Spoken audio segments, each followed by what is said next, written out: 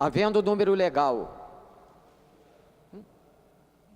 e invocando a Deus pela grandeza da pátria e a paz entre os homens, dou por aberta a sessão. Convido o vereador Tio Carlos para proceder à leitura da ata da sessão anterior. Ata da 32ª sessão ordinária, em 14 de maio de 2014. Presidência dos senhores vereadores Jorge Felipe, presidente, Laura Carneiro, segunda suplente, César Maia e Edson Zanata, ambos a convite. Às 14 horas, com a presença dos senhores vereadores Tio Carlos, Paulo Pinheiro, Raimon, Átila Nunes, Paulo Messina, Jimmy Pereira, Tereza Berger, Márcio Garcia, César Maia, Eliomar Coelho. 10. Assume a presidência o senhor vereador César Maia e ocupa o lugar de secretário o senhor vereador Paulo Pinheiro, ambos a convite. Encerra-se a sessão, 16 horas e 39 minutos. Aprovada a ata, passa-se ao grande expediente. O primeiro orador inscrito é o senhor vereador Paulo Pinheiro, que dispõe de 10 minutos. Senhor presidente de trabalhos, vereador Eduardo Moura, senhores vereadores presentes, eu hoje não vou falar muito, até porque estou quase sem voz, estou resfriado. Eu só queria primeiro saudar, como sempre, a presença das pessoas aqui nas galerias. Parabéns, os funcionários da casa, vereadores presentes. Vereador, hoje novamente, naquele conjunto de pérolas, e pérolas estão sendo apresentadas aqui nas reuniões das audiências públicas da LDO, hoje consegui guardar mais uma pérola. A de ontem, o secretário de Transportes, secretário de Obras, reclamando dos problemas da cidade. E disse bem claro que não eram as obras, que os problemas não são as obras. As obras não criam problema, o problema é a mobilidade da cidade. Ou seja, parece que o secretário de Obras é da oposição. Hoje, nós tivemos a presença do secretário de Turismo e presidente da Rio Tour, numa audiência que ele apresentou muito pouca coisa, ao contrário dos outros que apresentaram coisas demais, apresentou muito pouca coisa, e ao responder a uma pergunta que eu fiz, ele nos deu uma nova pérola, peça para nós tratarmos aqui dentro da casa. Eu pedi a ele que ele explicasse para nós por que, nos últimos anos, nos últimos 5 anos pelo menos, o orçamento que a casa aprova para a Rio Tour nunca é o orçamento que a Rio Tour fecha o ano. É impressionante como a Rio Tour teve anos de começar com orçamento, ter aqui aprovado um orçamento de 50 milhões de reais e executar 240 milhões de reais. 8 vezes, às vezes 7, 8 vezes o que foi aprovado aqui. Eu perguntava a ele o que seria isso. Erro de planejamento, mas um erro de planejamento continuado, tanto tempo errando no planejamento. Ele explicou que não, que é preciso compreender, aí vem a pérola, é preciso compreender que não dá para a Rio Tour trabalhar com 50 milhões. Ora, quem é que pede 50 milhões para a Rio Tour? É o governo. A proposta orçamentária não é feita pela oposição. A proposta orçamentária é feita pelo governo. Então nós tivemos aqui hoje, e essas audiências estão demonstrando fatos que têm que ser entendidos pelos vereadores, é que nós, a cada dia, sabemos que não devemos confiar nas propostas orçamentárias que são enviadas para essa casa. O próprio presidente da Rio Tour acha que a dotação orçamentária é menor. E ele disse, como os senhores aqui na casa nos dão a margem de remanejamento grande, nós vamos remanejando. Então é um fato realmente importante para aqueles que acham que deve se pensar um pouco na política, para aqueles que acham que a política não é só apertar o botão do que o governo manda, fica essa mensagem. Eu acho que muitos vereadores da casa não têm como único interesse apoiar o governo para ter asfalto na sua área. Não é isso. Eu tenho certeza que a maioria dos vereadores não pensa assim. Não é porque o governo me dá asfalto que eu voto tudo que o governo quer. Não é porque o governo me consegue coisas que eu vou fazer tudo que o governo quer. E a lei orçamentária, a lei de diretrizes orçamentárias e a lei orçamentária, elas são exatamente para isso, para nós definirmos o que o governo pretende gastar. Nós já vimos aqui, na audiência da saúde, que o governo não tem o menor interesse com o funcionário público da saúde, da educação. Estamos vendo aqui, vimos hoje aqui o pessoal, ontem aqui, o pessoal, arquitetos, engenheiros, geólogos, também o governo não tem interesse, claramente não tem interesse em avançar com essas carreiras, é preciso pressão das carreiras. Nós estamos vendo aqui na escadaria da Câmara as assistentes sociais, hoje é o dia, eu queria parabenizar as assistentes sociais, hoje é o dia da assistente social, estão aqui na escadaria todas de preto, reivindicando também melhores condições. Elas não sabem, como eles não sabem, que o governo a cada audiência pública mostra que seu interesse é terceirizar a política de recursos humanos da Prefeitura do Rio. Então, eu queria deixar bem claro e guardado na cabeça dos nossos queridos vereadores.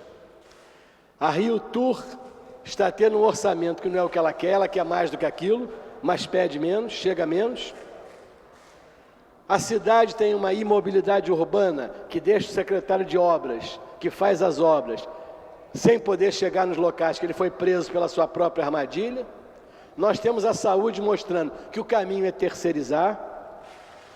E tivemos ontem aquela informação interessante de que o presidente da Rio Saúde, contratado para trabalhar com saúde, acabou de ser empossado para trabalhar com arte. Então nós vamos ter agora ou a saúde com arte, ou a arte com saúde. Vamos ver de que lado é o gradiente mais forte, é o gradiente que empurra. Ou teremos a saúde com arte, ou a arte com saúde.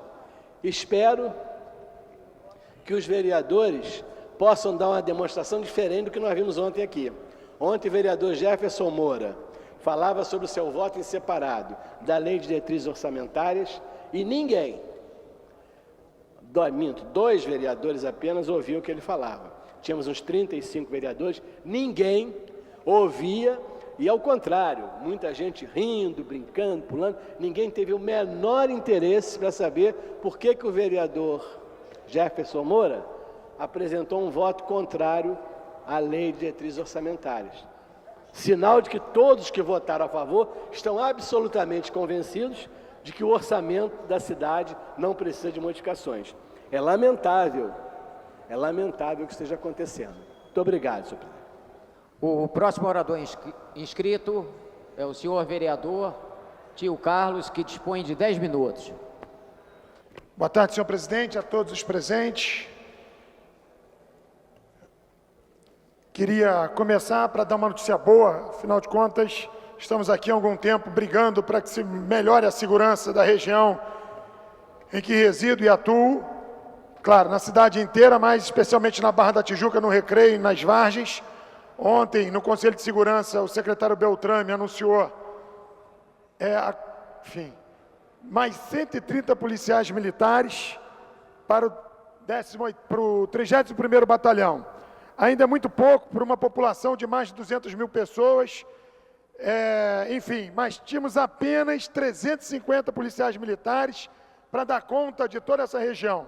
Resultado, diariamente vimos estampados nas manchetes de jornais, violência à luz do dia, crianças, jovens, senhoras idosas sendo assaltadas não só no Jardim Oceânico, como no Recreio. Então, espero imensamente que esses 130 policiais possam melhorar, mesmo sabendo que ainda está muito aquém da necessidade, mas já é um sinal que, pelo menos, o secretário sabe da dificuldade, está, nesse momento, apontando com o número de mais 130, mas esperamos que possa, o mais rápido possível, ampliar esse número. Isso para dar tranquilidade àquele cidadão que tem tido, assim, muito medo até de sair de casa. Então, fica registrado aqui que eu estou torcendo para que seja o mais rápido possível. Queria agora registrar, senhor presidente, que no dia 18 de maio é um dia para que todos prestem muita atenção.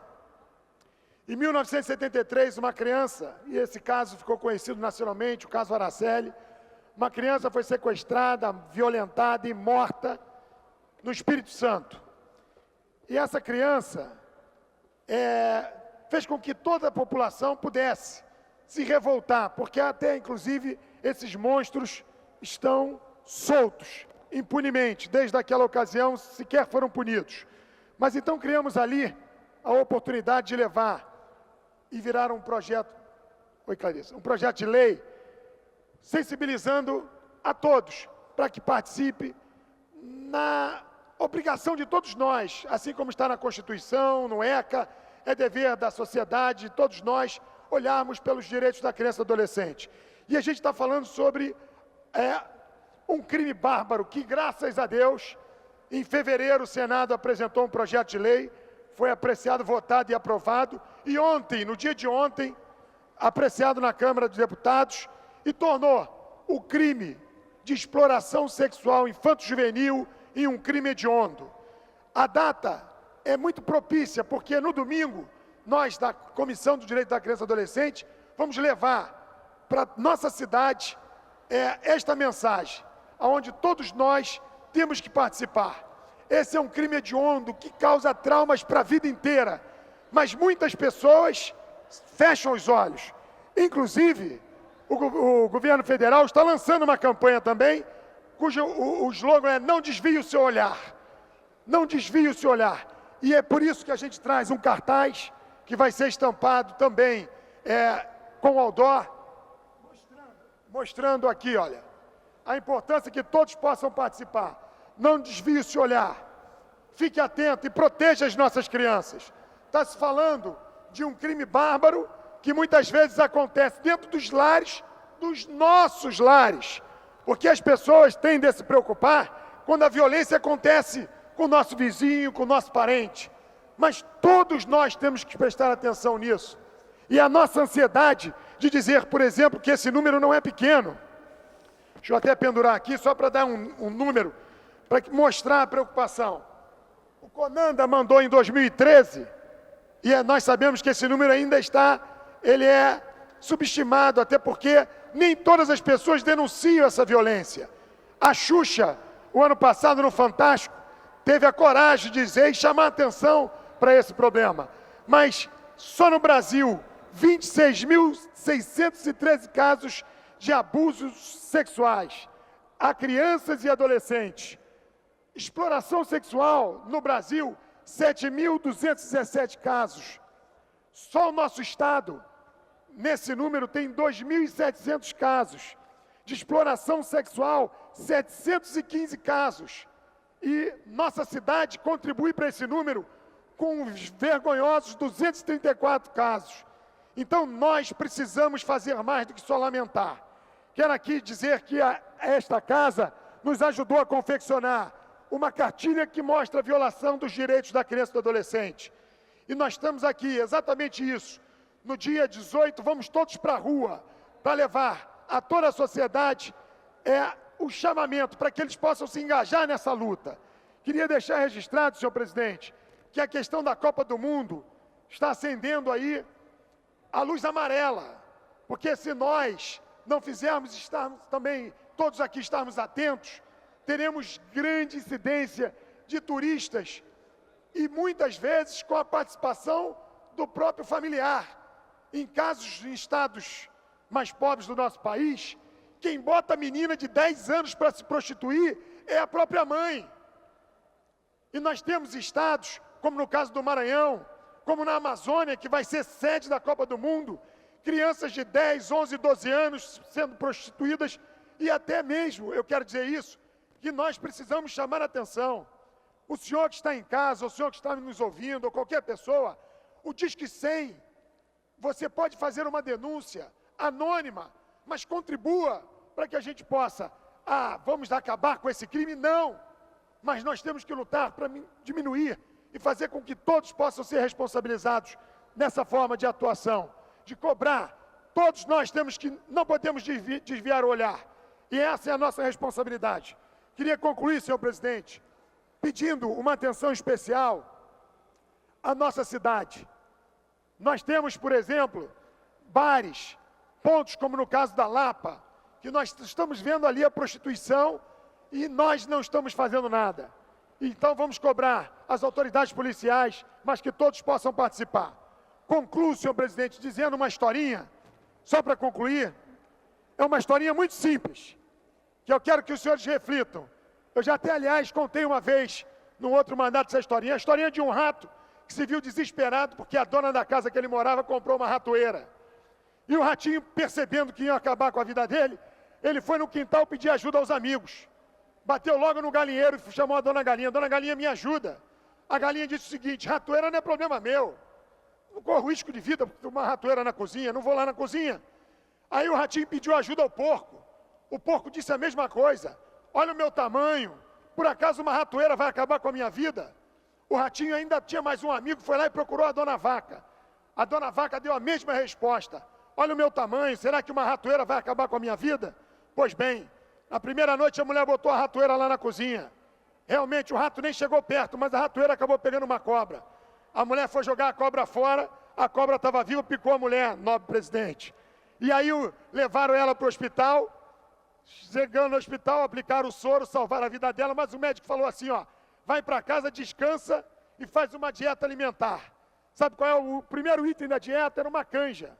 Canja faz com galinha, lembra-se? A galinha foi para a panela. Todo mundo ia visitar a mulher. Resultado, o marido resolveu matar o porco para dar comida para as visitas. A mulher ficou boa. O marido resolveu comemorar com um churrasco. Lá foi a vaca, virou comida, virou carne para o churrasco. Resultado, o rato ficou vivo. Essa história é para que as pessoas reflitam. Se graças a Deus, na sua casa, seu filho tem escola para estudar, tem plano de saúde para você levar ao seu filho, e principalmente se o seu filho não foi violentado ou não sofre violência sexual, o senhor tem que ficar atento e participar disso. Porque um dia, com a sua omissão, infelizmente, essa violência pode chegar na sua casa. Pode chegar na sua casa, tipo, alguém que não se preocupa com as drogas, pode ter o seu filho assaltado. Por quê? Muitas pessoas assaltam para comprar droga. Então, no caso da violência sexual e abuso contra a criança e adolescente, é uma luta que todos nós temos que estar engajados, porque isso é um problema de todos nós. Obrigado, senhor presidente. O próximo orador inscrito é o senhor vereador César Maia, que dispõe de 10 minutos. Senhor presidente, senhoras e senhores vereadores, amigas, amigos, presentes aqui na tarde de hoje, hoje eu vou tratar de uma mentira que é repetida reiteradamente pelo prefeito, que é que não há recursos para responder às reivindicações dos servidores municipais. Isso é uma mentira registrada na apresentação de contas da prefeitura. A lei, senhor presidente, de responsabilidade fiscal, ela informa que o Poder Executivo não poderá gastar com pessoal mais do que 54% das receitas correntes líquidas. E há um nível prudencial de 51%. Os outros 6%, para completar os 60%, cabem à Câmara Municipal e ao Tribunal de Contas. A Prefeitura vem mantendo esse nível de 54% há bastante tempo. Por quê? Quem dá aula, senhor presidente, não são máquinas. Quem atende as pessoas num posto de saúde ou faz cirurgias não são máquinas. Quem limpa a rua não são máquinas. Os serviços públicos municipais, eles são efetivados, eles são realizados diretamente pelos servidores. Quem fiscaliza os tributos não são máquinas, são servidores. Quem prepara comida nas escolas são servidores, não são máquinas. Portanto, manter a relação entre as receitas correntes líquidas e aquilo que estabelece a lei, como limite 54%, é uma necessidade. Uma coisa é um servidor trabalhar motivado, outra coisa é um servidor trabalhar se sentindo discriminado, com um empregador que acha que ele é custo. Isso eu tenho insistido há anos, aprendi com meu pai. O servidor público não é custo, o servidor público é capital, porque aquele dispêndio, ele produz serviços que vão atender a população e principalmente educação, saúde, a população de baixa renda. Quando se fala de quanto a prefeitura aplica em despesas de pessoal, abre a apresentação da LRF, que de 4 em 4 meses a prefeitura tem que divulgar, ou as contas de gestão, ou o parecer do Tribunal de Contas. A prefeitura está aplicando entre 40% e 42%. Portanto, ainda há um espaço de 42% para 54%. Nós estamos falando de praticamente, eu estou arredondando para cima, de uma sobra de aplicação em despesas de pessoal de quase 2 bilhões de reais. 2 bilhões de reais, que a lei autoriza. Mas, claro, quando se trata de privatização, aí a atual prefeitura, o prefeito, não é a prefeitura, é extremamente generoso. Vou dar um número. Esse ano, da graça de 2014, vão ser aplicados em saúde pública, através das OS, 1 bilhão e 600 milhões. Se podia dizer, mais do que a prefeitura vai gastar, 20% mais do que vai gastar com os servidores da área de saúde, servidores públicos. Para se ter uma ideia desse montante de 1 bilhão e 600 milhões de reais, a prefeitura esse ano vai arrecadar de PTU e IPTU em toda a cidade do Rio de Janeiro, vai arrecadar quase 1 bilhão e 700 milhões. Então, praticamente, senhor presidente, toda a receita de IPTU vai ser gasta com organizações sociais na área de saúde. Na área de educação, através de institutos e fundações, vai se gastar perto de 500 milhões de reais. Serviços que, através dos anos, eram prestados com qualidade, diria, superior, porque eram referência para o Brasil todo, na área de educação, pelos servidores públicos. E agora são institutos e fundações privados. Na área de transportes, o subsídio que está sendo dado, lei aprovada nessa casa, o subsídio que está sendo dado às empresas de transporte que tiveram o seu ISS reduzido dos 5% referência para 0,1%, é um subsídio na casa de uns 300 milhões de reais. A prefeitura nunca na história pagou as gratuidades no sistema de ônibus, porque, obviamente, as tarifas já incorporavam essas gratuidades. Se não for assim, as empresas de ônibus não poderiam ter funcionado nesses 30, 40 anos. E aí vão mais 100 milhões de reais. E há situações talvez mais graves. Eu fui, senhor presidente, secretário de Fazenda do Estado. Fui prefeito da cidade 12 anos.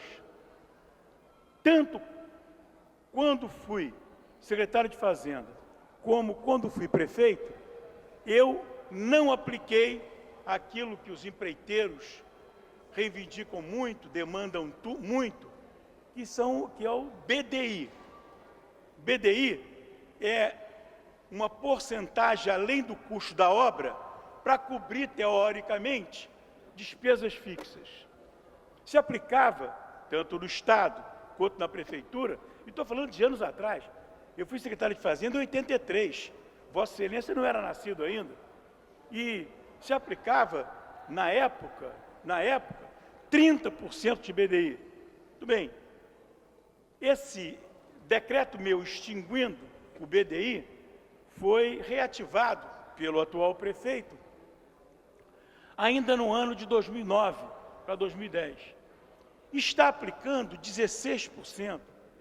Então, em cada obra pública, vamos tirar fora as obras menores, em cada obra pública com algum valor significante, 16% é um valor agregado ao custo da obra para, teoricamente, cobrir despesas fixas.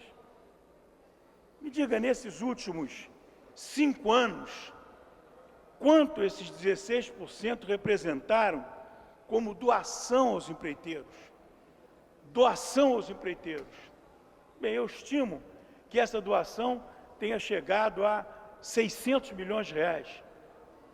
Pega, por exemplo, a Transoeste, que custou 1 bilhão. Só ela são 160 milhões de reais doados à empreiteira que construiu a Transoeste.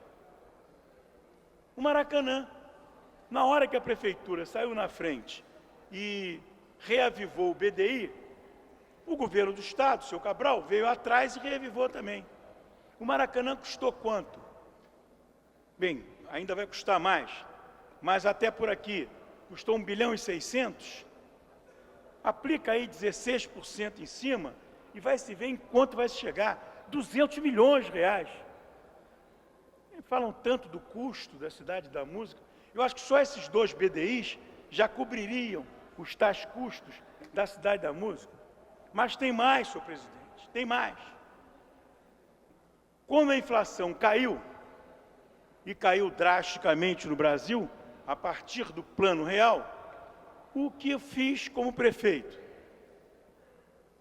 O período de reajuste de obras e de serviços, que era um período curto, em que as empreiteiras e prestadoras de serviço reclamavam esse reajuste sistematicamente, o que eu fiz foi alargar para 2 anos o período necessário para se realizar o reajuste das obras residuais num determinado empreendimento. Tudo bem, decreto do prefeito, já do final de 2010, que reduziu esse prazo de 2 anos para 1 ano.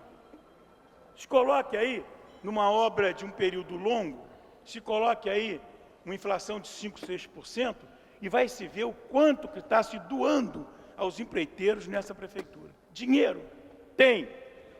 Para onde está sendo direcionado? Para o bolso das empresas que fazem, de fato, concluindo, parceria com o atual prefeito, que a prefeitura é constituída de servidores e eles nada têm que ver com decisões tão absurdas como essa.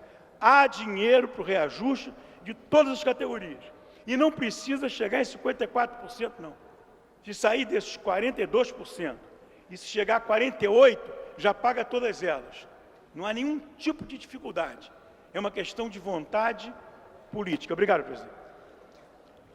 O próximo orador inscrito é o senhor ilustre vereador doutor Eduardo Moura, que dispõe de 10 minutos.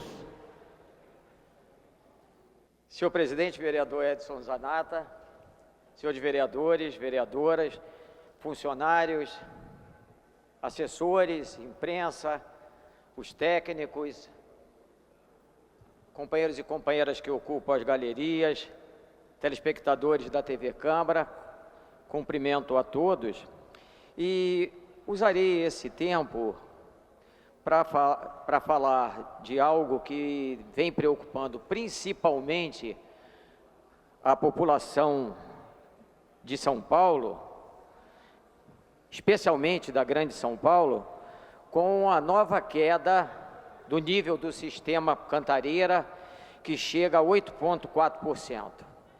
Essa escassez de água não deveria, senhor presidente, estar preocupando somente aos paulistas.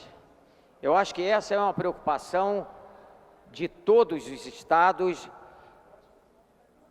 porque há um descaso com política, relativo a políticas sérias, para esse tema que eu julgo tão importante, que é essa questão da água. Para que os senhores e as senhoras entendam, existe algo que faz a medida dessa água que é gasta, que chama-se pegada hídrica. A pegada hídrica é definida como o volume de água total usada durante a produção e consumo de bens e serviços, bem como o consumo direto e indireto no processo de produção.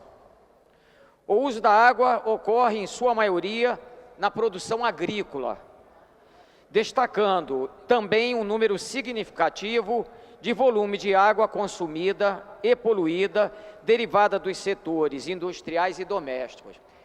Essa é a primeira referência que eu quero chamar a atenção dos senhores e das senhoras,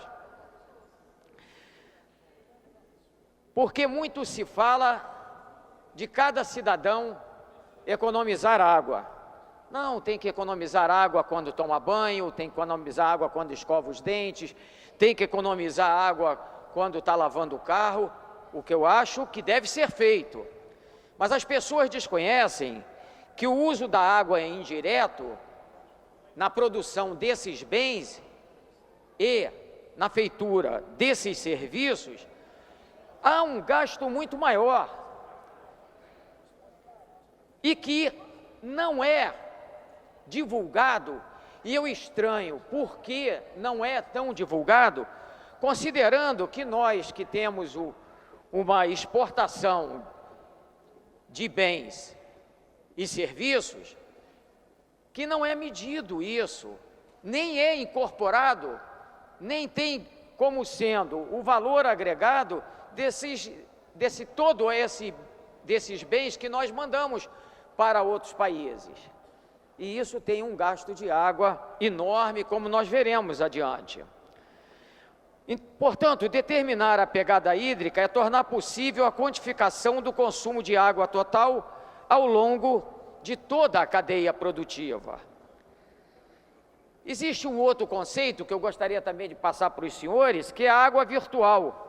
Os estudos sobre água virtual começaram a crescer devido aos estados quantitativos publicados por vários pesquisadores. A definição mais precisa sobre água virtual consiste na mensuração da água contida num produto, ou seja, uma mercadoria, bem ou serviço, em relação ao volume de água doce utilizada nas diversas fases de sua cadeia produtiva. O termo água virtual refere-se ao fato de que a maioria da água utilizada na produção de um produto não está contida nele, sendo insignificante comparado ao conteúdo virtual da água. Logo, o comércio virtual de água ocorre quando vários produtos são comercializados a partir de um lugar para o outro. E aí eu retorno. Não é considerado como custo, e é importante que nós deixemos isso bem claro, essa água que é utilizada e que é comercializada para outros países e para outros locais. Quais são as principais vantagens de nós sabermos o que está acontecendo? O conceito de pegada hídrica tem sido recentemente introduzido como importante indicador do consumo de água humano na tentativa de minimizar os impactos ambientais. A água virtual tem sido uma solução parcial para os problemas de escassez de água, cujo conceito trata-se da importação que ocorre com os alimentos e produtos, tornando-se uma fonte de água alternativa. Insisto, as pessoas utilizam muita água para beber, cozinhar e lavar, mas ainda mais para a produção de alimentos, papel, roupas, algodão, etc. A pegada hídrica é um indicador do uso dessa água que analisa o seu uso de forma direta e indireta, tanto do consumidor quanto do produtor. A pegada hídrica de um indivíduo, comunidade ou empresa é definida como o volume total de água doce, como já disse, que é utilizado para produzir os bens e serviços consumidos pelo indivíduo, comunidade ou produzidos pelas empresas. Pegada hídrica da humanidade. Um estudo pioneiro calcula e mapeia a pegada hídrica da humanidade em alta resolução espacial. Os pesquisadores da Universidade de Twente estimam a pegada hídrica de cada nação e setor econômico.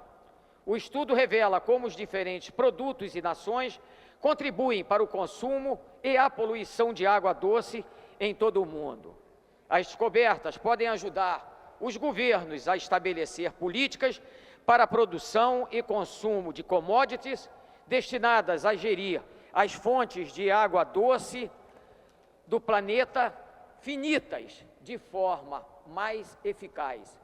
E nós dizermos que é um bem finito vai ajudar-nos para que haja uma responsabilidade maior, não só como cidadão, pessoa física, mas também como cidadão, ser político, que tem que exigir dos governantes uma atenção maior em relação ao gasto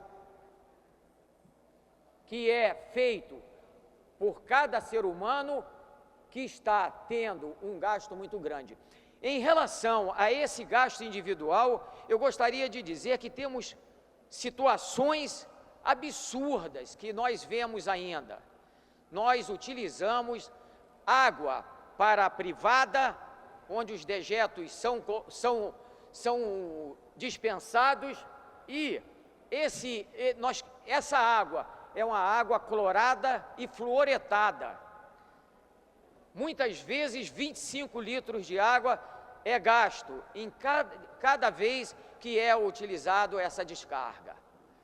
Quando você tem um aquecedor em casa, até aquela água chegar ao chuveiro, leva às vezes 3, 4, 5 minutos de água que não é utilizada porque ela ainda não está quente.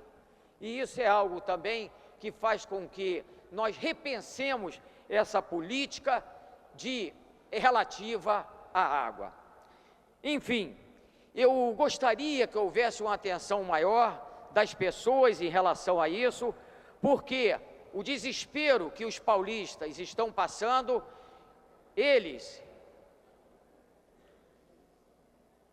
que utilizarão a água que eles chamaram de água morta e que tem assustado muita gente, e o governo do estado tem procurado até dizer que essa água não tem problema nenhum, porque essa parte do reservatório que foi usada, porque o sistema de bombeamento não chegava à profundidade, mas é uma água de boa qualidade. Mas mesmo assim, quando você está utilizando água morta, eu acho que você já fica preocupado.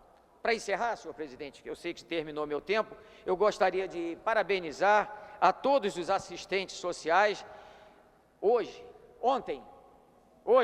15 de maio de 2014, nós não podemos esquecer de uma profissão que é tão importante, que contribui para a melhoria da qualidade de vida dos indivíduos e grupos, orientando e encaminhando para o acesso aos direitos, lutar por vida digna numa sociedade marcada por desigualdades sociais, é o que torna os assistentes sociais profissionais reconhecidos e respeitados. Parabéns a todos vocês.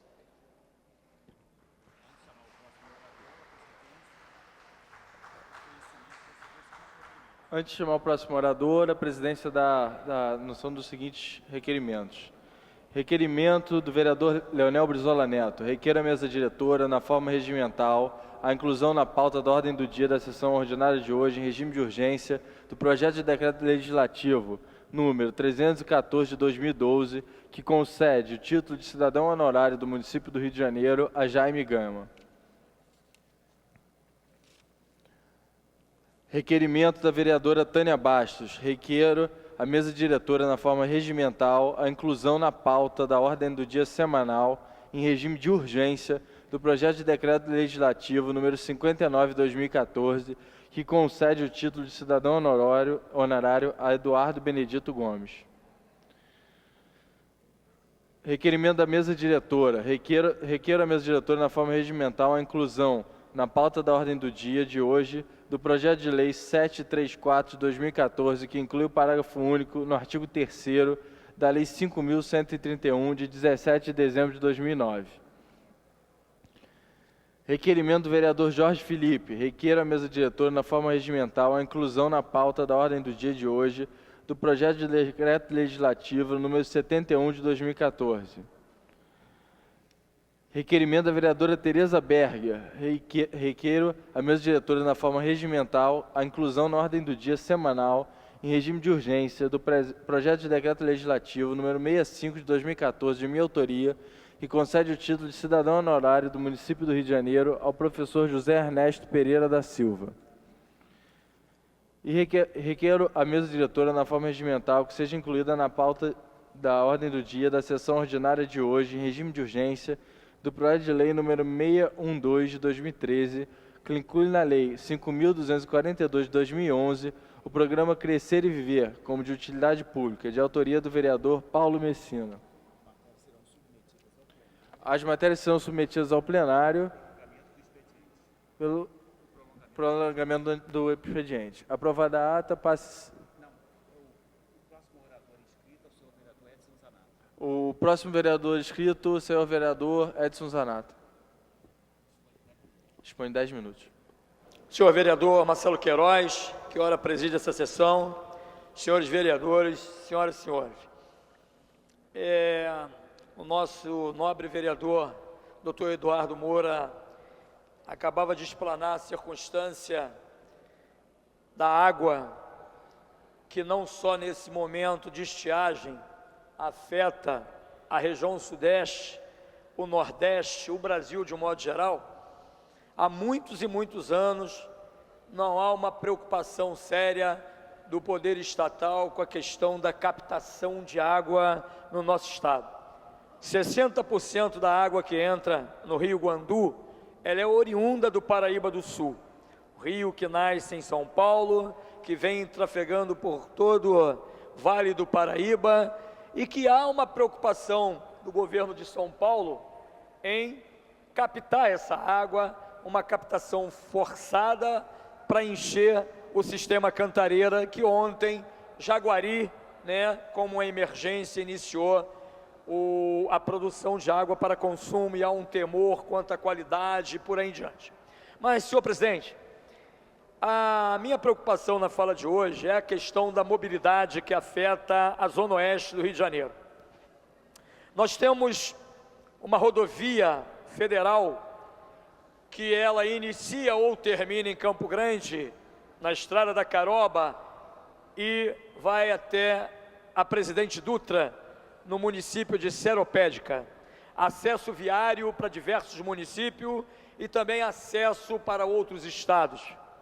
Pois bem, essa rodovia 465, conhecida como Rio-São Paulo, antes da existência da Via Dutra, ela é uma pista obsoleta para os dias atuais, e a longo lapso temporal há uma discussão de 3 prefeituras, Rio de Janeiro, Nova Iguaçu e Seropédica, no tocante à questão de irem discutir junto ao Ministério dos Transportes, ao Departamento Nacional de Infraestrutura Terrestre, a questão da modernização desta via, porque é uma rodovia federal, pedagiada, cheia de radar, cheia de ondulações transversais, ou vulgarmente quebra-molas, independente das crateras existentes. Pois bem, esta via atende a Universidade Federal Rural do Rio de Janeiro, a circunstância do polo industrial de Itaguaí, a nossa estação de tratamento do Guandu e a maior cervejaria da América Latina, a Ambev. É um caos o trabalhador, é um caos para todos os condutores de veículo, a questão da mobilidade, o fluxo viário nesta via. É um desespero todo dia, num trecho de menos de 1 quilômetro, para quem quiser chegar no quilômetro 32, no viaduto Oscar Brito, no entroncamento da Avenida Brasil, chega a gastar 1 hora nesse acesso viário. Então, primeiro momento é me preocupar com essa questão de sensibilizar o governo municipal da cidade do Rio de Janeiro, de Nova Iguaçu e de Seropédica, para que os 3 prefeitos se unam na questão de resgatar a dignidade da mobilidade urbana de milhares de pessoas que precisam se locomover no seu direito de ir e vir por essa via que, infelizmente, é federal. Um grande trecho dentro da zona oeste do Rio de Janeiro, em Campo Grande, um outro trecho dentro de Nova Iguaçu e um trecho maior dentro do município de Seropédica. Um outro ponto, senhor presidente, que eu quero discutir, é o descaso também com a nossa Secretaria Municipal de Obras, no tocante à questão da Rio Águas, no que diz respeito a um canal existente entre as 2 pistas da Avenida Paulo Afonso. Essa Avenida Paulo Afonso fica localizada no bairro de São Geraldo, em Campo Grande, que liga a Estrada do Mendanha à Estrada do Pedregoso, um elo de área residencial predominantemente, mas situado em áreas limítrofe com o Parque Industrial de Campo Grande. São diversas indústrias situadas no eixo dessa Estrada Pedregoso e na Estrada do Mendanha, que usam como acesso intermediário e alternativo esta Avenida Paulo Afonso, e que infelizmente a sua pavimentação asfáltica está desabando dentro do rio, e isso também já perdura por um longo período. Há muitos anos que aquela população pede esse socorro à Secretaria Municipal de Obras, através da Rio Água, da própria Secretaria de Obras, da Secretaria de Conservação e Serviço Público, a questão do resgate da cidadania, a questão da dignidade, é o mínimo que se pode dar àquela população. Ora, onde está sendo, inclusive, implantado a Universidade Estadual da Zona Oeste do Rio de Janeiro, onde, na frente dessa via, está situado o Parque da Gerdau e todo o Parque Industrial de Campo Grande. A pavimentação asfáltica está desabando dentro do eixo desse rio, que há tanto e tanto tempo há um abandono, um descaso na situação de fazer o reparo dessa via. Então eu queria pedir ao excelentíssimo senhor prefeito dessa cidade que direcione ao titular da pasta, ao secretário que esteve anteontem aqui em audiência pública debatendo esse assunto, que atenda a necessidade desse povo que sofre há muito tempo, e a questão dos condutores de veículo, que vez ou outra um carro cai dentro do valão, dentro do rio, tendo em vista essa circunstância de abandono.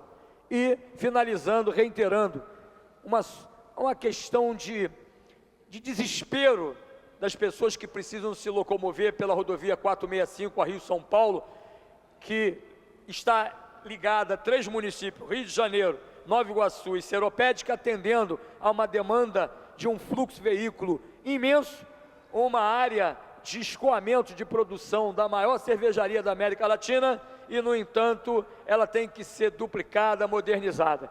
Então era isso, senhor presidente, que eu poderia aqui nesse momento estar externando, esse desejo, esse pleito, essa reivindicação de milhares e milhares de pessoas que precisam se locomover por essas 2 comunidades. São Geraldo, em Campo Grande, Avenida Paulo Afonso, que a camada asfáltica está desabando dentro do rio, e a questão dos 3 prefeitos irem ao ministro da Justiça, irem ao presidente do Departamento Nacional de Infraestrutura Terrestre para discutir a questão do resgate da dignidade da pessoa ter o direito de se locomover, até porque é um direito constitucional, o direito de ir e vir.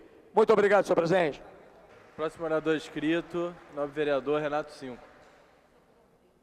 Obrigado, senhor presidente, senhores vereadores, senhoras vereadoras, senhores e senhoras. Tem uma pauta grande de questões a serem levantadas. O dia de hoje é um dia de muitas mobilizações em todo o país. Hoje é dia 15 de maio, desde 2001, o dia 15 de maio, no mundo inteiro, vem sendo marcado por mobilizações inspiradas nas lutas dos indignados da Espanha, que começaram o seu processo de mobilização no dia 15 de maio de 2011. Então, hoje, por todo o Brasil, nós temos uma série de protestos acontecendo, reivindicações salariais, tanto de trabalhadores de empresas privadas como trabalhadores de órgãos públicos, manifestações reivindicando o famoso legado da Copa, que as pessoas estão vendo como um legado de corrupção e de remoções. E hoje, no Rio de Janeiro, nós também teremos uma manifestação com concentração daqui a pouco, a partir das 16 horas, na Central do Brasil. A manifestação vai até a Prefeitura, criticando a forma como a Copa do Mundo vem sendo implementada na nossa cidade e no nosso país, com gastos de bilhões de reais que fazem muita falta para garantir a qualidade da educação pública, da saúde pública e outros direitos da nossa população, como, por exemplo, uma mobilidade urbana digna, nas grandes cidades brasileiras. Hoje também, como já foi lembrado por alguns colegas, é o dia do assistente social, o dia do serviço social. E os assistentes sociais do município também estão mobilizados, estavam numa manifestação agora na Cinelândia, é possível que haja uma greve dos assistentes sociais do município do Rio de Janeiro, e entre as suas reivindicações está a equiparação salarial, para que todos os assistentes sociais do município recebam como servidores de nível superior, e não o que acontece hoje, que algumas secretarias eles recebem uma remuneração como nível superior, enquanto na Secretaria de Desenvolvimento Social recebe a remuneração menor. Então, a minha solidariedade também à luta dos servidores. Agora, algo que me preocupa muito nesse momento é como o poder público continua agindo não no sentido de atender às reivindicações e às demandas das diversas categorias, mas no sentido de reprimir e tentar abafar os movimentos.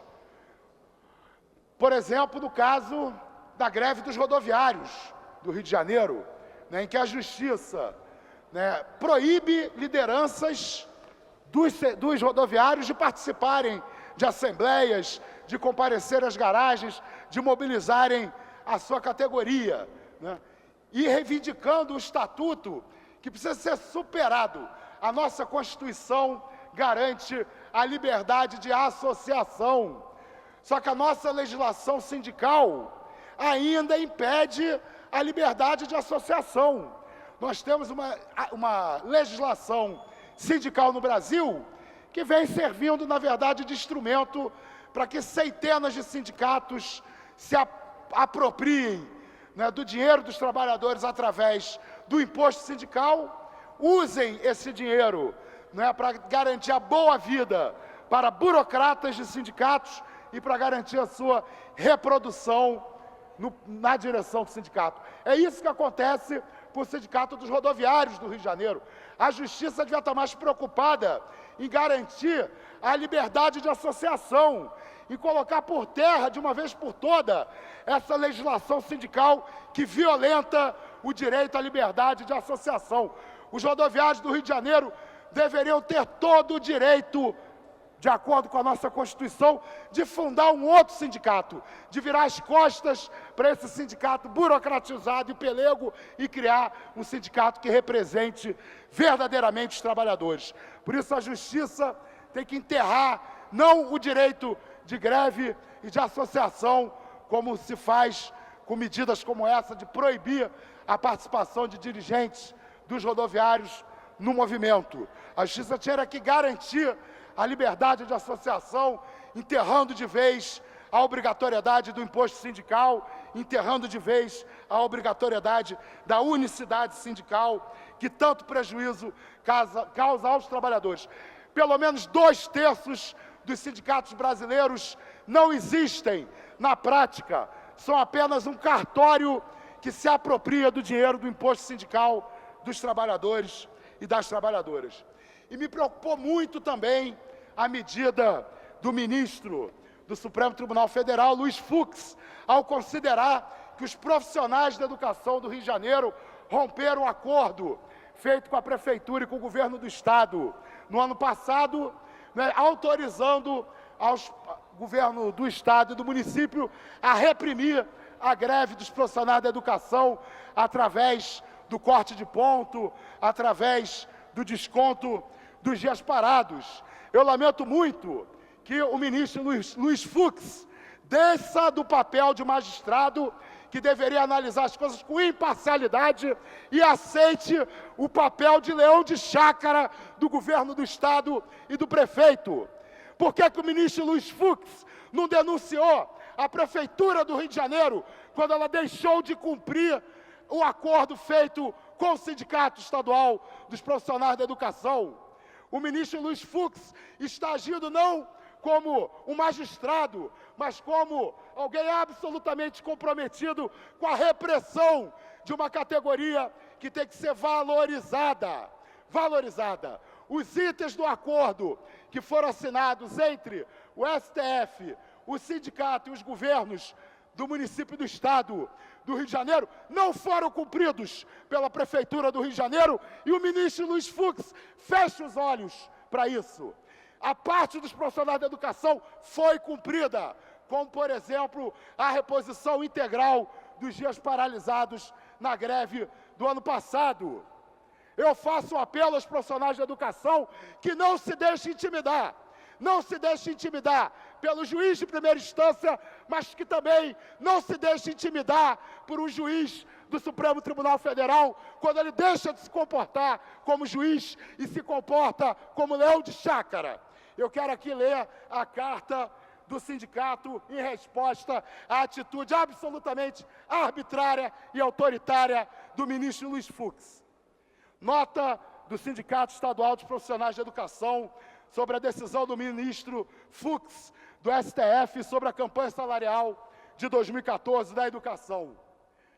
O CEP tomou conhecimento, através da imprensa, que o ministro do Supremo Tribunal Federal, Luiz Fux, suspendeu os efeitos do acordo celebrado na etapa final da greve de 2013, até que ocorra a cessação da greve iniciada no dia de ontem, 12 de maio de 2014. Diante disso, o CEP esclarece o seguinte: primeiro, cumpre esclarecer que os profissionais de educação do Estado e do município do Rio de Janeiro deflagraram a campanha salarial de 2014 no início do ano letivo, cuja pauta de reivindicações abrange, entre outras questões, 20% de reajuste salarial com paridade para os aposentados, 30 horas semanais para os funcionários administrativos, plano de carreira unificado, eleição direta para a direção da escola, além da exigência do cumprimento integral do documento assinado no Supremo em 2013, notadamente a questão do 1/3 de planejamento extraclasse. Lembrando que os profissionais de educação das duas redes, Estado e município do Rio, fizeram integralmente a reposição das aulas em 2013, conforme o compromisso assumido com o próprio STF, com os pais responsáveis e alunos, ao contrário dos governantes que não cumpriram com o acordo. Tais reivindicações se impõem em virtude da piora do cenário econômico do país, sobretudo com a retomada da inflação, que corrói os salários e vencimentos dos trabalhadores e servidores públicos, razão pela qual assistimos a uma onda de greves em todo o país por melhores salários e condições de trabalho. Vale lembrar que, anualmente, todas as categorias profissionais aproveitam sua data base para pleitear melhorias econômicas e sociais. Nesse contexto, o movimento grevista de 2014 é inteiramente autônomo em relação ao deflagrado em 2013. Este que atende uma pauta própria numa outra conjuntura política, razão pela qual representa um equívoco a decisão de suspensão do acordo. Desde o início da campanha salarial 2014, o CEP desenvolveu uma série de esforços no sentido de buscar uma abertura de negociação com os governos Paz e Pezão. Esclarecemos também que a direção do CEP enviou com antecedência ao governador e ao prefeito ofícios solicitando audiência e alertando sobre a campanha salarial da educação. E até o presente momento, o CEP não teve resposta dos chefes do Executivo. Devido à intransigência das administrações não negociarem com o CEP e atender às demandas da categoria, não restou outra alternativa senão a deflagração da greve nesse momento. Reiteramos a disposição do CEP em negociar e esclarecemos que, após convite informal, o não comparecimento à audiência se deu em razão do fórum competente, Assembleia Geral Unificada, para apreciar tal convite se realizar somente no próximo dia 15 de maio, como informado ao próprio ministro através de ofício eletrônico. A greve é um direito garantido constitucionalmente, instrumento histórico de luta dos trabalhadores. Não acreditaremos, não aceitaremos qualquer retaliação e exigimos a abertura de negociação e atendimento das reivindicações para o restabelecimento das atividades educacionais, compromisso maior dessa tão valiosa categoria dos profissionais da educação.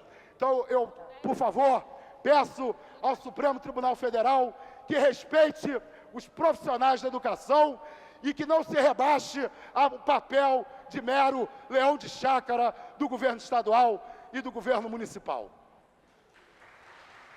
Antes de passar a palavra para o próximo orador, solicitar aos senhores vereadores que utilizem o tempo determinado, porque há outros vereadores inscritos. O próximo orador inscrito é a senhora vereadora Tereza Berg, que dispõe de 10 minutos. Senhor presidente, senhores vereadores, vereadoras, funcionários, antes da fala que eu já deveria ter realizado na última terça-feira, mas infelizmente não consegui me inscrever, eu queria fazer um registro que eu considero de extrema gravidade. O aumento da violência no nosso município. Eu falo no nosso município porque a minha vida está mais ligada à cidade do Rio de Janeiro. Eu pouco saio da cidade do Rio de Janeiro.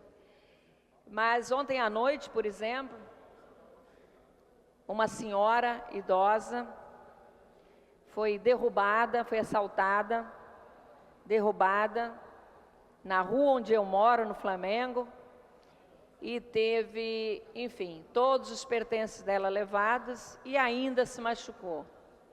Agora, 5 minutos atrás, eu estava sentada ali, me liga um funcionário que foi rendido e levaram o automóvel dele.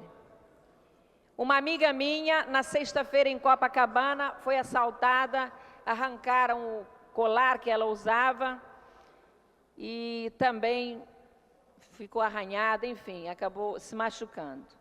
Então, acho que nós estamos vivendo um momento muito sério no que se refere à questão da segurança. A nossa região, a região onde eu moro, no Flamengo, ali, Laranjeiras, Catete, eu acho que hoje é uma das regiões mais atingidas pela violência. Também nós não vemos absolutamente nenhum policial nas ruas. A Guarda Municipal, infelizmente, não sei muito bem qual é a orientação que ela recebe, mas o que nós vimos muitas vezes são 4 guardas municipais circulando de um lado para o outro, sempre muito mais preocupados em multar o cidadão que, por acaso, pare por 1 ou 2 minutos irregularmente, do que propriamente proteger o cidadão. Então, eu fico muito preocupada, estou agendando uma reunião com o comandante-geral da Polícia Militar na próxima segunda-feira, solicitando providências, porque realmente a Copa se aproxima, houve aí uma declaração de que nós teríamos um efetivo policial muito maior nas ruas, por enquanto não se faz presente e a violência aumenta, e eu acho que quem está lá fora, no exterior, que pretende vir para o Brasil assistir os jogos, deve estar muito assustado. Senhor presidente, no último dia 13 de maio, e como eu disse há pouco, eu ia me pronunciar nesse dia, foi lembrada a assinatura da Lei Áurea pela princesa Isabel em 1888, que acabou com a escravidão no nosso país. Finalmente, os nossos irmãos negros, tão sacrificados, tão humilhados, conseguiam a sua libertação.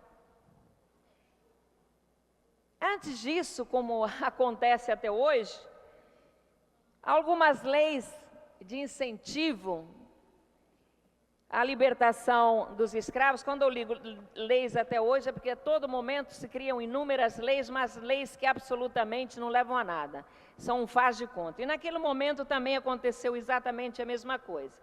Por pressão social dos abolicionistas, em 28 de setembro de 1871, foi criada a Lei do Ventre Livre, que estabelecia que os filhos nascidos após aquela data, ao completarem 8 anos de idade, poderiam ser libertados, caso o seu dono concordasse em receber uma indenização do governo.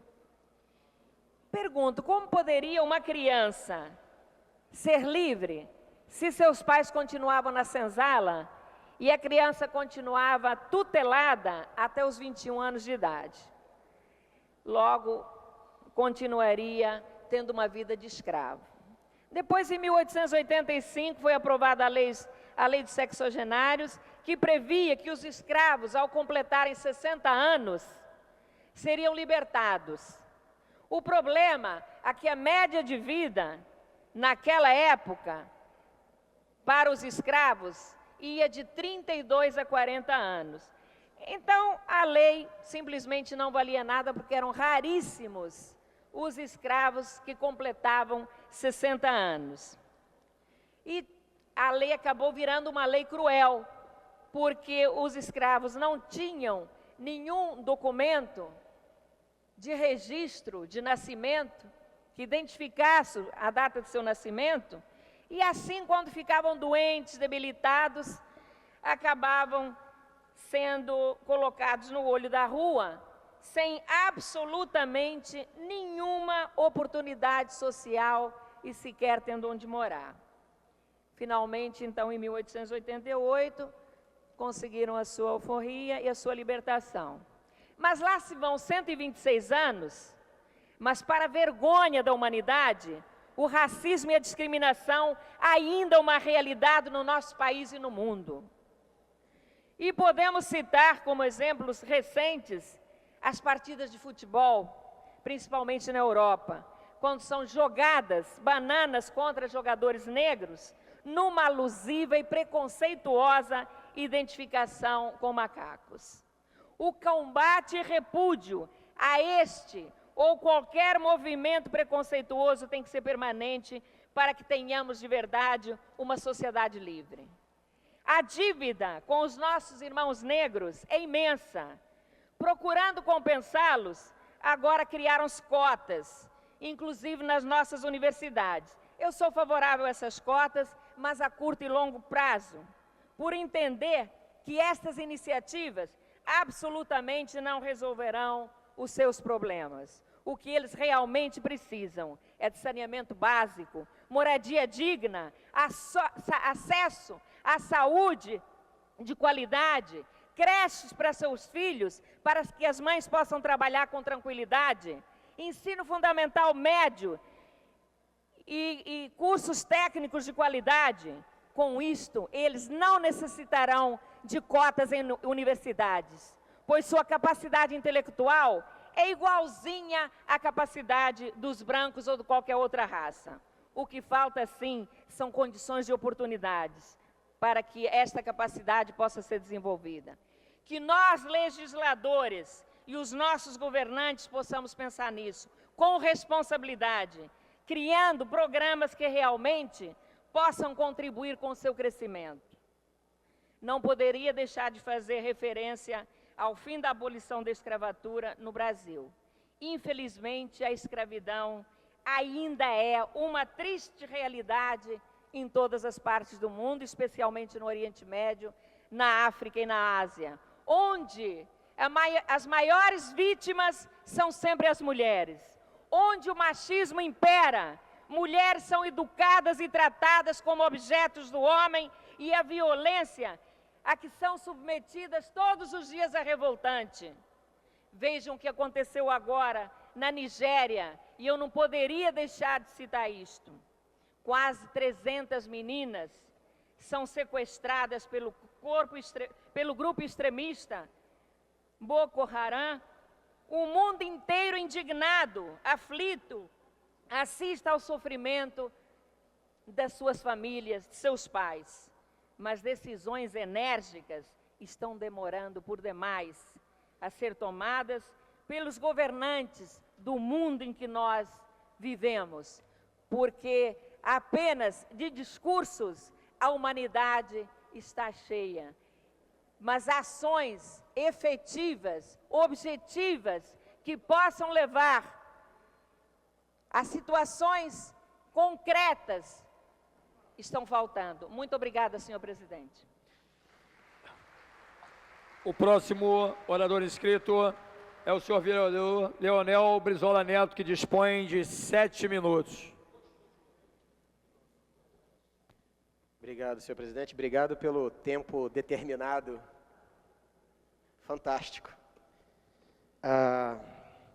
Eu queria ler uma nota pública do Grupo Brasileiro da Associação Internacional de Direito Penal, entidade que congrega penalistas de todo o mundo, com sede em Paris e status de órgão consultivo da ONU, Organizações das Nações Unidas.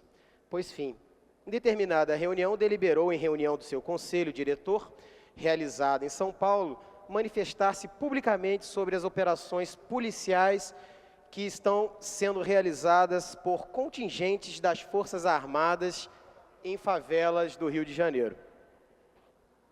Segue a nota. Reconhecendo, embora que uma diligência de busca domiciliar, motivada em fundados indícios e devidamente autorizada pelo órgão judiciário competente, senhor presidente, para a recuperação de algumas armas subtraídas de lugar sujeito à administração militar, constituiria medida compatível com a legislação penal e processual penal militar e com os princípios do Estado Democrático de Direito.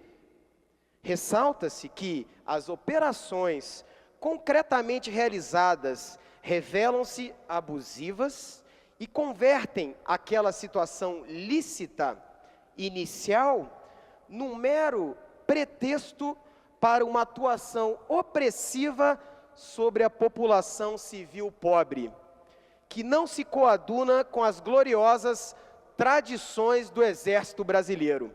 Em primeiro lugar, que mandado de busca será este que expõe a vigilância e a invasão dezenas de milhares de domicílios.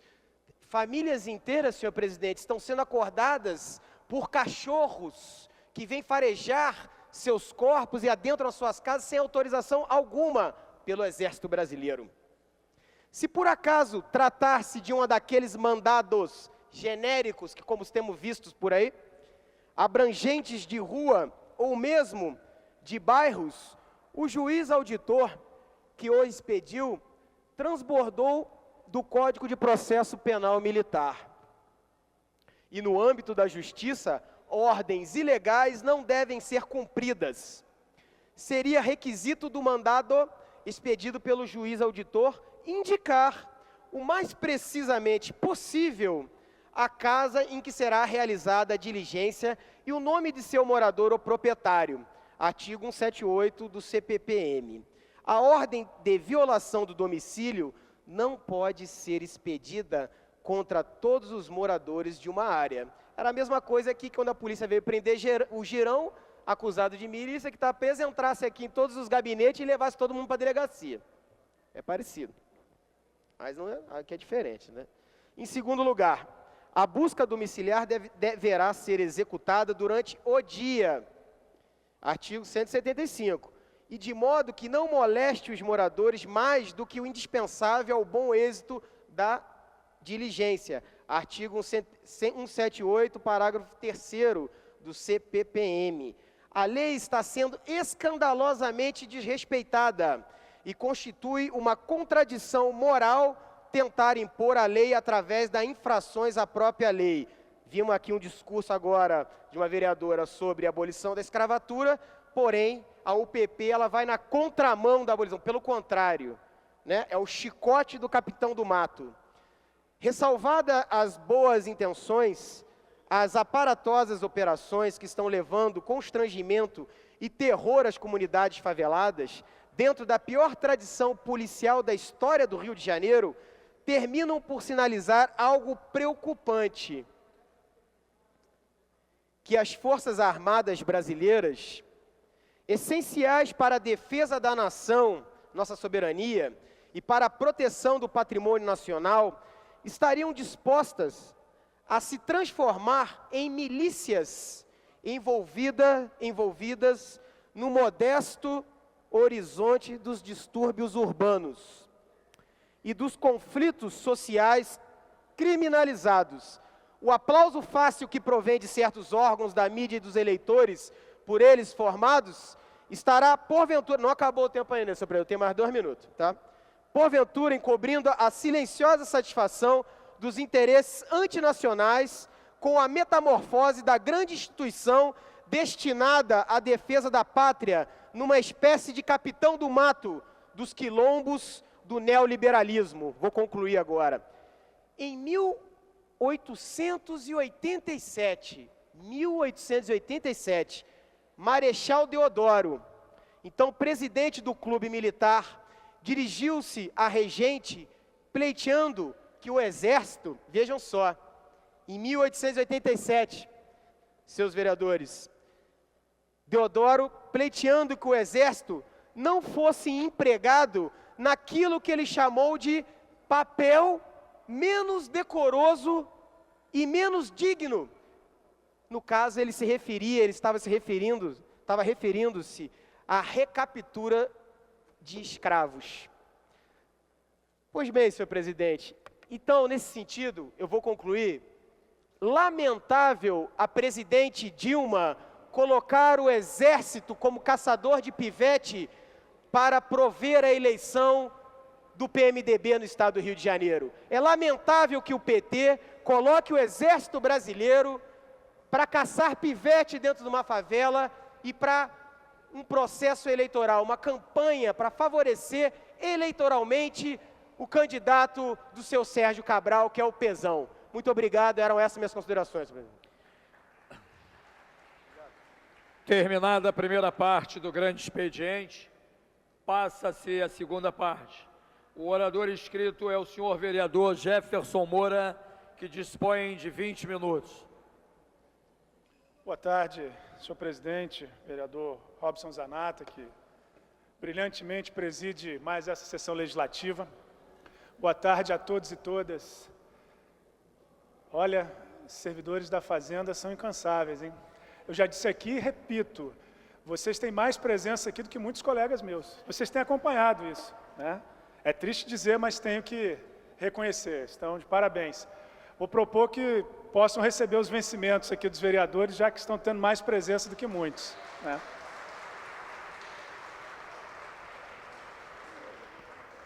Senhor presidente, a Copa do Mundo é nossa. Essa foi a frase que veio à minha cabeça, com espírito crítico e com uma interrogação quando eu vi as imagens que, nesse momento, já correram o mundo inteiro. Mais uma expressão da tragédia social da cidade do Rio de Janeiro, onde o uniforme da Seleção Brasileira de Futebol, depois de vencer uma partida de futebol na Vila Aliança, se comemora com muito tiro, com muito fuzil. Nada diferente do que a realidade das favelas do Rio de Janeiro enfrenta no seu cotidiano. Mas assusta, né? Esse é o legado da Copa.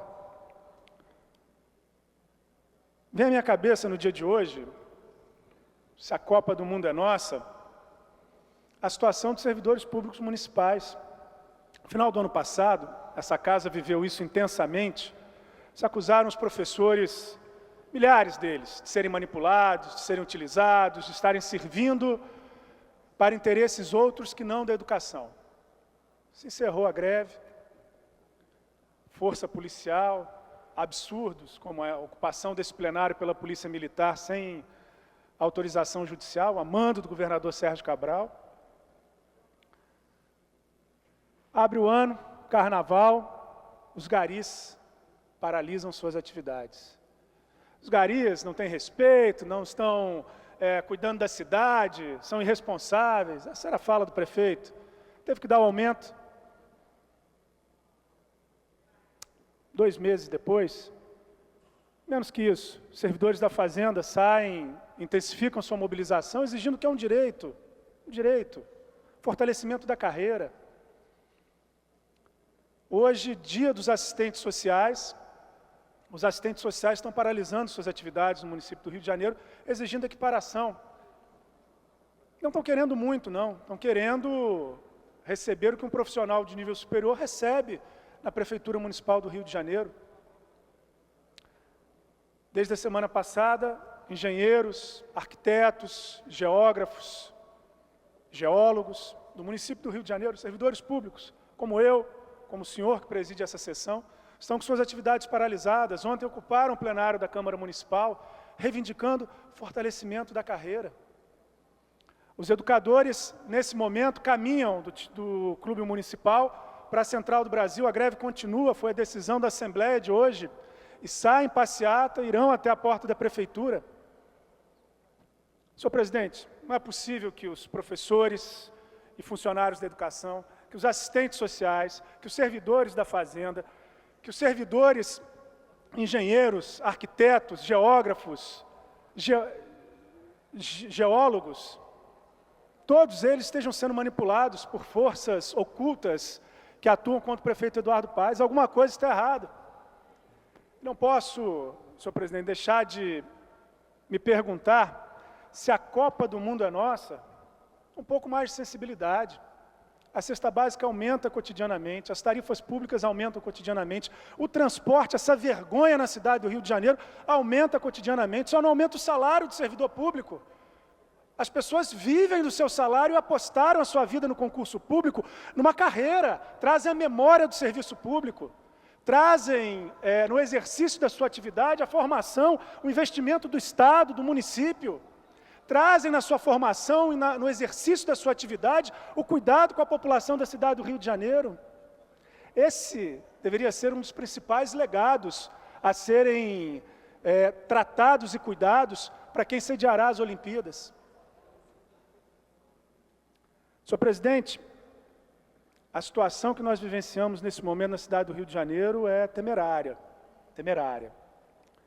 Creio que é preciso que o prefeito Eduardo Paes faça uma reflexão e avalie se nós seguiremos no rumo de incrementos financeiros e fortalecimento das relações do poder público com as empreiteiras, com as grandes obras, com os grandes negócios na cidade do Rio de Janeiro, ou se nós vamos... Ainda dá tempo, senhor presidente, ainda dá tempo. O tempo está acabando, mas ainda dá tempo. Fazer uma inflexão, senhor presidente, e discutir de fato qual é o legado que nós iremos querer para a cidade do Rio de Janeiro. Como nós vamos enfrentar o problema da mobilidade urbana, como nós vamos enfrentar as questões socioambientais que pulsam na cidade do Rio de Janeiro, como nós vamos valorizar a carreira dos servidores públicos e garantir as políticas públicas com a qualidade mínima no município. Essa é uma obrigação do poder público. Hoje, senhor presidente, hoje, falta vontade política. Faço votos aqui, nesse dia de luta dos assistentes sociais, carreira que tenho orgulho de me relacionar. Eu sou mestre pelo programa de assistência social da Faculdade de Serviço Social da Universidade Estadual do Rio de Janeiro. Sou doutorando na Universidade Estadual do Rio de Janeiro, na Faculdade de Serviço Social. Tenho muito orgulho de me relacionar com essa categoria.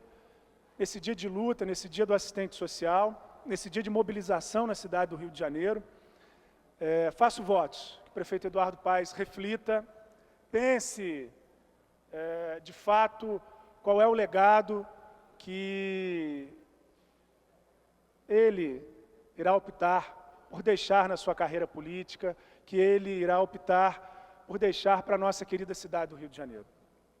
Senhor presidente, ainda discutindo no âmbito das políticas públicas, essa casa, contra a minha vontade, contra a minha militância, contra o meu voto, aprovou o projeto de lei 5.623, 1º de outubro do ano passado, aquele malfadado plano que desconstruiu a carreira no âmbito da educação pública, e que hoje é uma das principais reivindicações da luta dos profissionais de educação, que é 1/3 da carga horária para os profissionais de educação exercerem o planejamento, exercerem a sua atividade fora da sala de aula. O que ficou determinado de maneira frágil, equivocada e absolutamente injustificado nessa legislação municipal, precisa ser corrigido. Ela está em evidente contraponto ao que determina a legislação federal. Nesse sentido, já deve ter sido protocolado, junto à mesa diretora, projeto de lei de minha autoria, que só faz verbalizar uma reivindicação dos profissionais de educação, que busca corrigir, busca sanar essa contradição aprovada por essa casa. Quero aqui, rapidamente, ler os pontos centrais desse projeto. É um projeto muito objetivo, que busca garantir aquilo que já determina a legislação federal.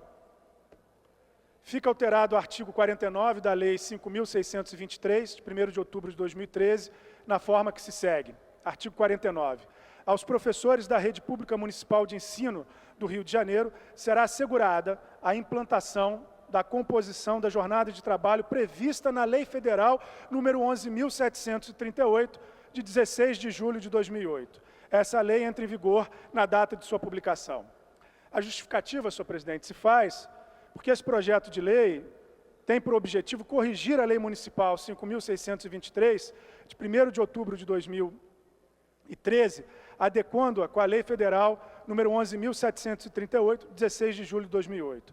A Lei Municipal, a Lei 5.623, em seu artigo 49, dispõe: aos professores da rede pública municipal de ensino do Rio de Janeiro será assegurada de forma paulatina a implantação da composição da jornada de trabalho prevista na Lei Federal número 11.738, 16 de julho de 2008, observados o planejamento, a disponibilidade orçamentária e as orientações contidas no parecer número 18 de 2012 da Câmara de Educação Básica do Conselho Nacional de Educação, homologada pelo Ministério da Educação, conforme publicado no Diário Oficial da União, 1º de agosto de 2013. Já a Lei Federal 11.738, de 16 de julho de 2008, em seu artigo 2º, parágrafo 4º, menciona: na composição da jornada de trabalho, observar-se-á o limite máximo de 2/3 da carga horária para o desempenho das atividades de interação com os educandos. Ou seja, senhor presidente, não é possível que a legislação municipal se sobreponha à legislação federal. É preciso adequar, senhor presidente, o que hoje está em flagrante conflito com a legislação federal. Paralelo a esse projeto de lei, vou também entrar com uma representação junto ao Ministério Público do Trabalho, de forma a que possamos fazer valer o que determina a legislação federal nesse país. Por fim, não menos importante, hoje pude dialogar com várias companheiras, cozinheiras escolares, tratadas como merendeiras pelo Executivo Municipal, e quero aqui, a pedido delas, verbalizar algumas reivindicações fundamentais para essa carreira, fundamentais. O que essas profissionais têm hoje? Dito por elas, o que temos? Nomenclatura de merendeiras. O que queremos? O reconhecimento como cozinheiras escolares. O que nós temos? Nós preparamos e cozinhamos 140 refeições dia por merendeira. Preparar o que elas querem, o que queremos. Preparar e cozinhar 50 a 70 refeições dia. Isso significa a contratação de mais profissionais. O que elas têm? Fazemos o pré-preparo, cozinhamos, lavamos toda a louça, fazemos faxina da cozinha e refeitório. O que nós queremos? Concurso público para as funções que não são de competência das cozinheiras. A faxina, a limpeza, trabalho digno, não é atribuição das cozinheiras escolares. É preciso que o poder público garanta, não é, a carreira do zelador, do faxineiro, da limpeza, as condições para que a cozinha seja cuidada. Como trabalhamos? Trabalhamos em cozinhas sucateadas, sem iluminação adequada, sem ventilação, com temperaturas que chegam a 60 graus. O que queremos? Cozinhas estruturadas, equipadas conforme o quantitativo de refeições a serem preparadas, o que parece óbvio, mas não é. Quem visita as escolas públicas municipais hoje, muitas vezes encontramos fogões como os fogões domésticos, não tem estrutura industrial, não tem condições de ventilação adequada. O que recebemos? Recebemos, de acordo com o novo plano de cargos, carreira e remuneração do governo, um pouco mais que o salário mínimo. É o que recebe uma cozinheira escolar hoje no município do Rio. O que queremos? Que sejam corrigidas as distorções, que tenhamos salário de cozinheira e mais 20% de aumento. Não é pedir muito para o salário, para o vencimento dessas profissionais, desses profissionais. O que eles têm hoje? Um escalonamento de 4 níveis, com 2,5% entre cada nível. E o que eles querem? Eles querem a constituição de 7 níveis, como os professores, com 15% entre os níveis. Quando nós observamos o vencimento básico dessa categoria, esses valores têm um impacto mínimo no orçamento da Secretaria Municipal de Educação. É injustificável que nós não fortaleçamos, que o Executivo Municipal não fortaleça, não garanta a remuneração mínima e adequada desses servidores. O que nós temos? O decreto 17.042 de 1998, que por assiduidade e pontualidade garante uma gratificação. O que nós queremos? A incorporação do decreto 17.042 de 98 ao piso salarial. É uma tentativa de incorporar a gratificação. A gratificação não é garantida quando da aposentadoria desses profissionais, não é garantida quando da licença eventual de saúde desses profissionais. Em alguns casos, sequer quando o profissional está de férias, tem a sua remuneração integral garantida. O que nós temos hoje? Um ticket de alimentação no valor de R$ 12,00 por dia de trabalho. Quem faz uma refeição digna hoje na cidade do Rio de Janeiro com R$ 12,00? O que nós queremos? Auxílio alimentação, vale refeição de R$ 20,00 diários, sem interrupção, inclusive nas férias. O servidor que opta pelo vale alimentação para fazer suas compras, um vale de, hoje, R$ 12,00 por dia, pouco mais de R$ 300,00 ao mês, no mês que entra de férias não pode fazer suas compras. Isso é um absurdo. E a reivindicação de R$ 20,00 por dia é o mínimo para que se garanta a um profissional da educação condições mínimas de trabalho. Por fim, senhor presidente, o que essas companheiras e companheiros têm, conforme o plano de cargos, carreira e remuneração? 10% por formação como gratificação. Um profissional que estude, que invista na sua formação, tem 10% de gratificação. O que eles querem? A incorporação dos 10% por formação e a valorização por tempo de serviço.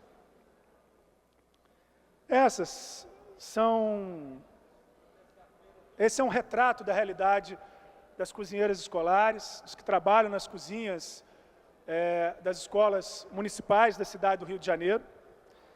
E é o que eles reivindicam com justeza, com dignidade. Aqui não tem nada demais, aqui não tem nenhum absurdo. E aqui, senhor presidente, tanto para as cozinheiras escolares, não têm a sua atividade reconhecida pelo Executivo Municipal, quanto para os servidores da Fazenda, quanto para os assistentes sociais, quanto para os profissionais da educação, os professores, tanto para com os engenheiros, arquitetos, geógrafos, geólogos. Ninguém aqui quer mais do que a valorização da sua carreira, a dignidade para aqueles que optaram pela carreira pública, o resgate na cidade do Rio de Janeiro da valorização mínima de um profissional concursado, de um profissional que exerce a sua atividade, que cuida da política pública no município do Rio de Janeiro. É só isso que os servidores querem. É só isso que hoje várias categorias estão pedindo. E não é possível, senhor presidente, não é possível que a Prefeitura faça, como fez, foi publicado no Diário de ontem, mais 100 milhões de reais de empréstimo para o Parque Olímpico, ou que reconheça a necessidade de reajustar o contrato da Transoeste, porque houve um impacto inflacionário, porque houve um impacto de projeto, e faça um reajuste que eleva o resultado final da obra para para mais de R$1 bilhão. Não é possível que o poder público reajuste os investimentos que estão sendo feitos na cidade do Rio de Janeiro e não reconheça que aqueles que vivem dignamente do seu salário precisem ter os seus salários e a sua carreira valorizada. É por isso, senhor presidente, que a cada dia na cidade do Rio de Janeiro, a cada dia mais na cidade do Rio de Janeiro, há um grito por justiça. E há um grito que, na medida que o poder público se recusa a ouvir, vai exigindo cada vez mais do prefeito Eduardo Paes. Vai virando um grito de questionamento a essa estrutura que juntou o governo municipal do PMDB, o governo estadual do PMDB e o governo federal do PT. Infelizmente, eu gostaria muito que a realidade fosse outra. Gostaria muito que ontem nós estivéssemos discutindo aqui na casa como seria a carreira e a valorização da carreira dos servidores. Se fosse necessário contratar um empréstimo, fosse para contratar um empréstimo para valorizar a carreira, porque isso ia trazer de volta dividendos para o município. Um servidor bem valorizado e bem remunerado consome na sua cidade, paga tributos. Um servidor bem valorizado retorna para a cidade no valor da atividade, no valor do serviço público, na economicidade, na transparência. Retorno. Investir no servidor não é gastar. Valorizar o servidor é investimento na cidade, é investimento na política pública. Senhor presidente, os poucos colegas que se encontram no plenário, essa Casa Legislativa pode seguir dialogando sobre esses temas, como estamos dialogando aqui hoje. Quem está acompanhando a sessão percebe como esse debate tem audiência na casa, como todos nós estamos preocupados com a situação dos servidores. Podemos continuar dessa forma, fingindo que isso não está acontecendo e assumindo um papel, muitas vezes, de funcionários do Executivo Municipal. E perder a autonomia do Poder Legislativo, fechar os olhos para as reivindicações que hoje retornam às ruas. O ano passado, milhões de brasileiros foram às ruas. Milhões. Nós estamos diante da insensibilidade, diante da conduta dos administradores públicos, diante da negação do prefeito Eduardo Paes de ouvir, e de acatar, de se entender com os seus servidores próximos, muito próximos, de termos nas ruas novamente, não só aqueles que lutam por mudanças no Brasil, mas todos aqueles que precisam sobreviver. Hoje, na cidade do Rio de Janeiro, quem vive dignamente do seu salário começa a não ter condições de viver com dignidade. A responsabilidade dessa Casa Legislativa de cobrar, de exigir coerência, de exigir que o poder público assuma a sua responsabilidade, não pode ser perdida. Nós não podemos abrir mão da nossa competência, abrir mão daquilo para o qual nós fomos eleitos. Independente da posição de cada um, se faz parte da base do governo, se concorda com as orientações estratégicas dessa prefeitura, ou se faz oposição como eu. Hoje a cidade do Rio de Janeiro clama por mudanças de rumo. Nós temos um transporte que não funciona, é caro e ineficaz. Nós temos obras que não são pensadas e planejadas, levando em conta o desejo e ouvindo a cidade do Rio de Janeiro. E nós temos, para encerrar, uma absoluta desvalorização e desrespeito aos servidores públicos municipais e à população da cidade do Rio de Janeiro. Isso não pode continuar, apesar da Copa do Mundo ser nossa, senhor presidente.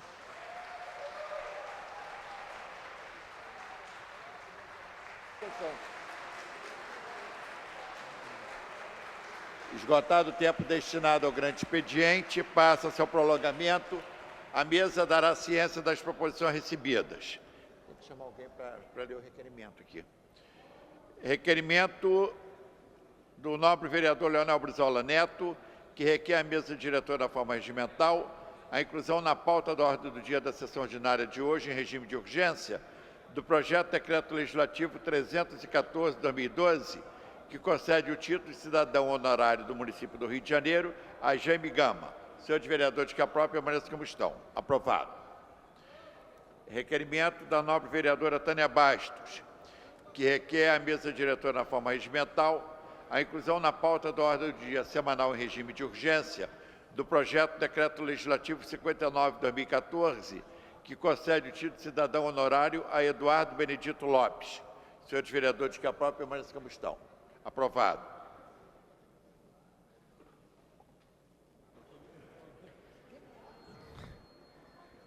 Requerimento sem número, de autoria da mesa diretora. Requer a mesa diretora, na forma regimental, a inclusão em regime de urgência na pauta da ordem do dia de hoje do projeto de lei 734/2014, que inclui parágrafo único no artigo 3º da lei 5131 de 2009. Os vereadores concordam, permanecem como estão. Aprovado. Solicitada verificação nominal pelo nobre vereador Jefferson Moura.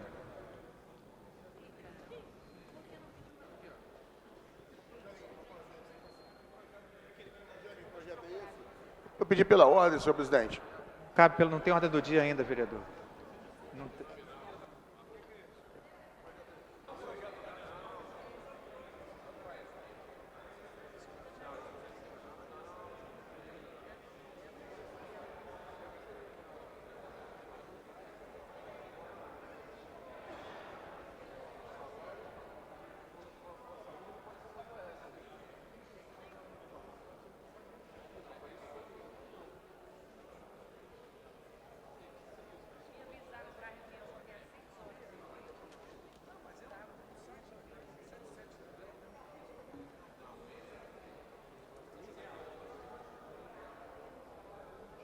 Os postos de votação estão liberados.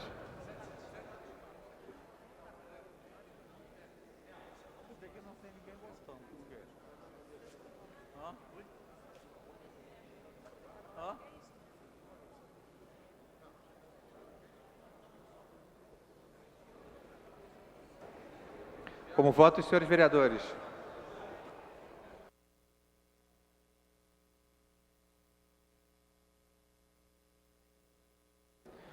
A presidência vai encerrar a votação. Falta algum vereador votar?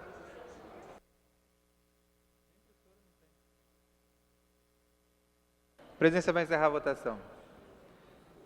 Encerrada a votação, presentes e votando 9 senhores vereadores, não há quórum para deliberar nem para dar continuidade aos trabalhos. A presidência, antes de encerrar, convoca a sessão ordinária para terça-feira, 14 horas. Está encerrada a sessão.